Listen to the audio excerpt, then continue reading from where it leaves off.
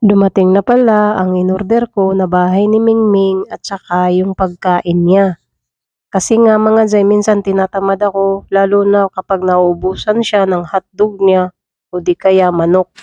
So, inorderan ko siya ng pagkain niya sa noon. Ay na lang mga Zay, lahat na lang ng gamit ni Mingming, ino-online ko talaga kasi nga wala akong time lumabas para bumili. So, dalawang klase pala ang inorder ko na pagkain sa kanya. Tapos, ito yung inorder ko sa kanya na bahay niya kasi nga mga Zay, si Mingming kasi mga Zay, medyo makulit siya. Kapag naglalakad-lakad ako, nahabol-habol niya ako, tapos kinakamot-kamot niya yung paa ko. Nakikiliti kasi ako mga Zay. Minsan kasi kapag umuwi ako galing sa trabaho, nagpapapansin yan. Tapos pupunta yan doon sa paa ko, kakamot-kamutin niya at saka yung ano ba niya, yung kamay ba niya, yung kuko niya.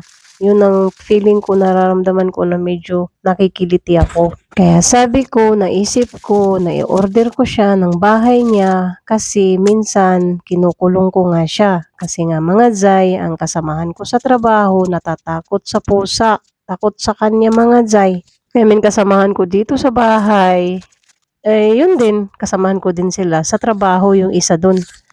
Tapos mga Zay, natatakot sila sa pusa, di ko alam kung bakit. Yung isa daw may trauma siya sa pusa dahil nakalmot na daw siya nung bata pa siya. Sa totoo lang mga Zay, dati ayaw ko talaga sa pusa kasi pag nahahawakan ko, natatakot ako ba. Talagang wala akong hilig dati sa pusa. Nung umuwi ako ng Pilipinas, 2019, nakapag-alaga nga kami ng pusa kasi nga ang mga anak ko mga Zay, mahilig sa pusa. Kaya yun, nung napamahal na sa akin ng pusa, sabi ko, okay din pala mag-alaga ng pusa kasi mga Zay, parang feeling ko parang anak ko na rin ang pusa. Kaya hanggang ngayon, mahilig na talaga ako sa pusa. Sa tuwing may nakikita akong pusa, lumalapit talaga ako sa kanila, tinahawakan ko. At noong 2 years ago na mga Zay, may madam na nag-offer sa akin na alagaan ko daw yung pusa.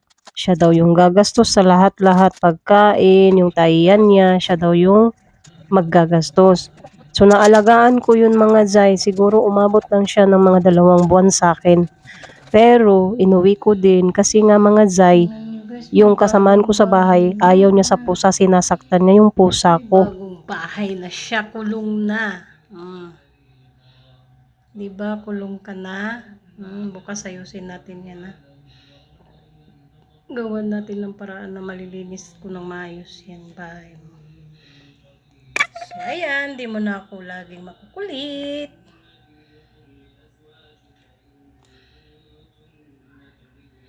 May bagong bahay na siya. Diba?